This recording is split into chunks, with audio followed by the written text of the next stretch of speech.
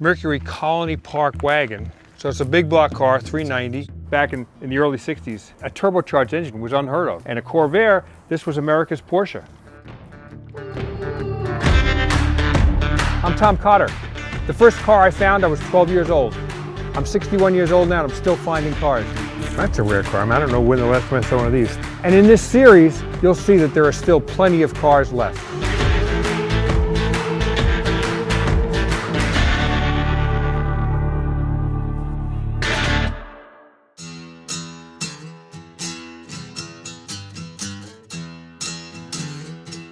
We walked out of our hotel this morning in Lake Havasu, Arizona. A guy on a bicycle started talking about the Woody. So we said, hey, if you live around here, yeah. Do you know any old cars in the area? I said, well, yeah, I think I do know. There's a guy named Butch. He's got a tow truck in his front yard. You can't miss it. So we came driving up here, and then Butch said, well, I got some more cars in the backyard, and I got more cars somewhere else. Do you want to see them? Well, yeah. So can you show us what you've got in the backyard? Absolutely. Cool.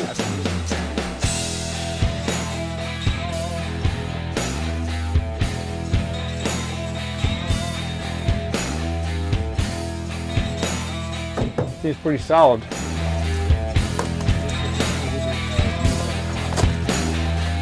Okay, so up here, I'm intrigued. You got a 57 Ranchero. How long have you had this one, Butch? Bought that in 1971. And is that a restoration project?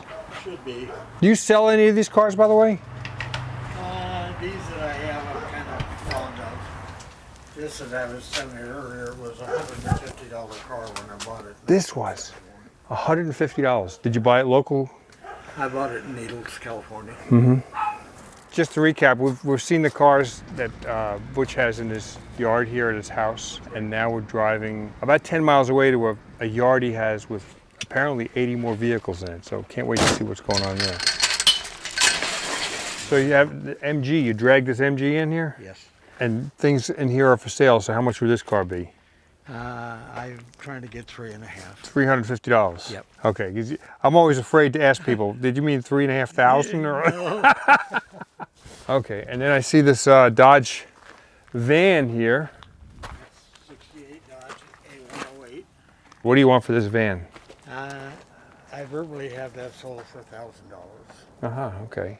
Oh, here's a two-door Edsel. That's interesting. So it's got an automatic, but it's not the push button in the steering wheel. It's got a conventional automatic.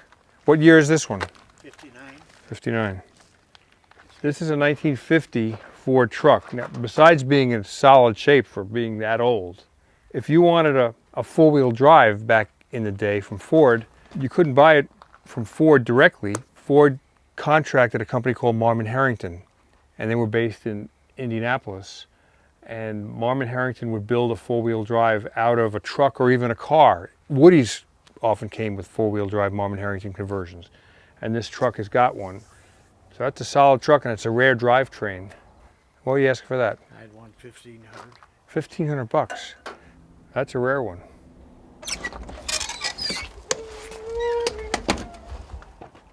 Now this may not look like anything special, but Butch is an automotive upholsterer, and this is all automotive grade fabrics. So this might have been Cadillac, and this might have been Mercedes-Benz, all brand new discontinued fabric. So I bet somebody restoring old cars would love to get their hands on it. What did you say this was headliner for a 57? 55 to 57 Chevy. Chevy, brand new headliner material. How many yards do you have in here? It's got to be hundreds of yards, man. There's 4 rolls, 54 inches wide inside this truck. Man. And they're all like this one all the way up. Man.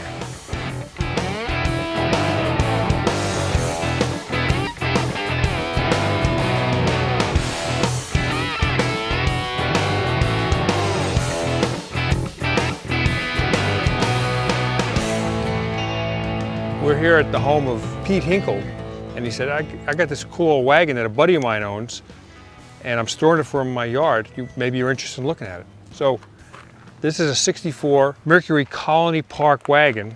If you can bring that camera over here, look at this floorboard. That is amazing. For a car that's more than 50 years old, to have a floorboard that's that clean. I mean, that's the most rust there is. That's not even rust. Unbelievable. So it's a big block car, 390. Super Marauder engine. It's got all the hubcaps on here. I mean, this car's complete. The grill is good. All the gauges, the knobs. Oh, I like it. Wow. Okay, so this is Pretty dirty out here in the Arizona. 63 Lincoln Continental convertible. Okay, so this is one of those rare ones. It's got the suicide doors in the back here.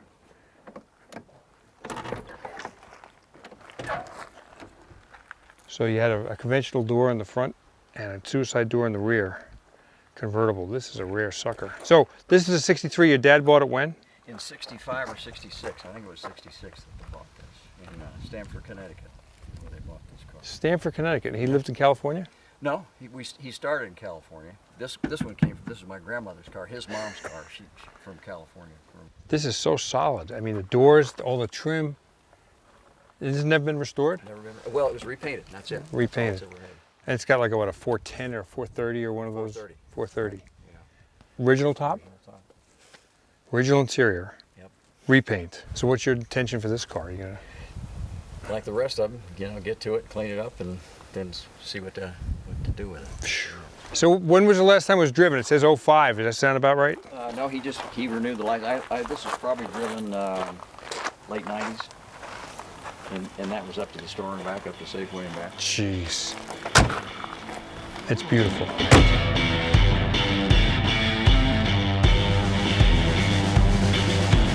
We were driving around Phoenix near the airport just looking for places to find cool old cars in an industrial lot and came across Hasport, a performance specialty shop.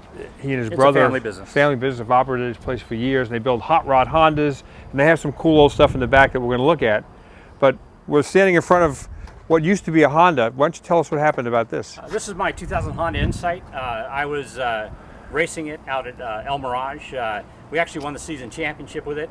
On the day we won the season championship, we did 200.9 miles an hour. I don't know if you've seen the video, but basically I rolled 15 and a half times. Ah, man.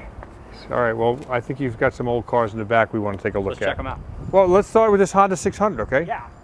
This is a Honda N600 from, late 60s, early 70s approximately. The Civic is the one Honda's known for, but this came before that. This is more based on a Mini Cooper. It's got a 600cc motor in the front. Looks like a motorcycle engine. 4-cylinder? 2-cylinder. 2-cylinder. Yeah. So they came as a 360 and as a 600. The N600 is the 600cc one. Oh, that would be a cool little rocket.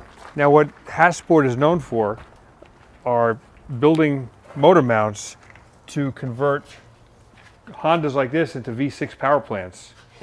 Look at this engine sticking out. It's like a Ford hot rod with the engine sticking out. So Brian said, well, come on back to the back shop. So here in the middle of all this Japanese cars, Hondas, is a British car, and it's a Formula Ford. It's a Lotus, obviously. Yeah. This is a 1967 Lotus 51A. That comes with the Renault 4-speed gearbox and the 1.6 liter Kent motor. Keith actually bought this, my brother. He was thinking about doing some vintage racing. Bought it from a gentleman in Florida. I'm sorry, I don't remember his name. But the idea was to restore it and go out there and do some vintage racing with it. I don't know what the future plans are of this. I think he'd still like to do that. So at some point he may rebuild it, or we actually bought a couple other cars to vintage race. So one of the other ones may get chosen. The Formula Ford class was developed as a kind of a feeder series like a Formula V class, which were Volkswagen powered. This engine's out of a Ford Cortina. It's a pushrod motor, and it was the basis for Lotus's twin cam, which they substituted this head and put on a twin cam head on a Ford block. But this was a breeding ground for future Formula One drivers. Emerson Fittipaldi won a championship in a Ford like this. They're very interesting. Yeah. It's been there for how long? Oh, it's been here for 15 years. That's probably only about 10 years of dust, but yeah, it's been here about 15 years. Yeah, well, that's a nice one. And there's actually a car McGee over here I didn't really look at, but the Corvair's over here. You have to do some four-wheel driving.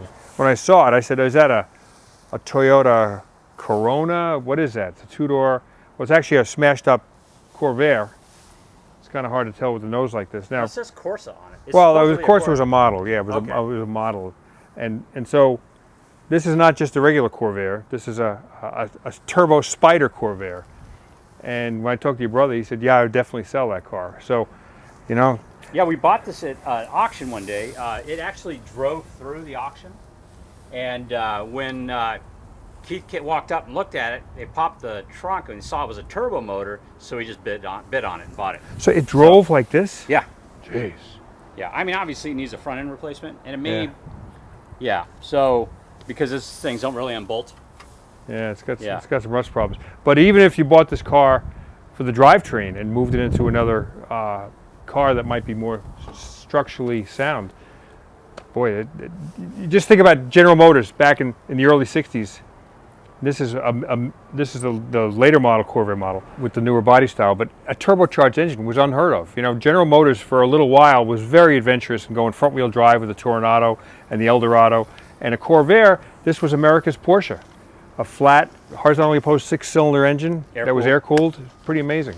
And who knows where that car would be if it didn't get killed in 1969 by Ralph Nader.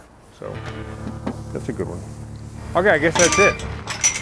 Cars that are sitting outside are probably not worth pursuing anymore, because if they've been outside for a long time, they're rusty and picked over, and everybody else has seen them too. My recommendation is to go find a small town or a region of small towns and maybe put down roots for a little while. Stay in a local hotel, have dinner at a local restaurant, have breakfast in a local cafe. Before you know it, you're going to be talking to locals that know people that are car people. And they'll say, oh, well, go check out Joe's farm 3 miles out of town. You'll find a whole bunch of El Caminos. Happy hunting.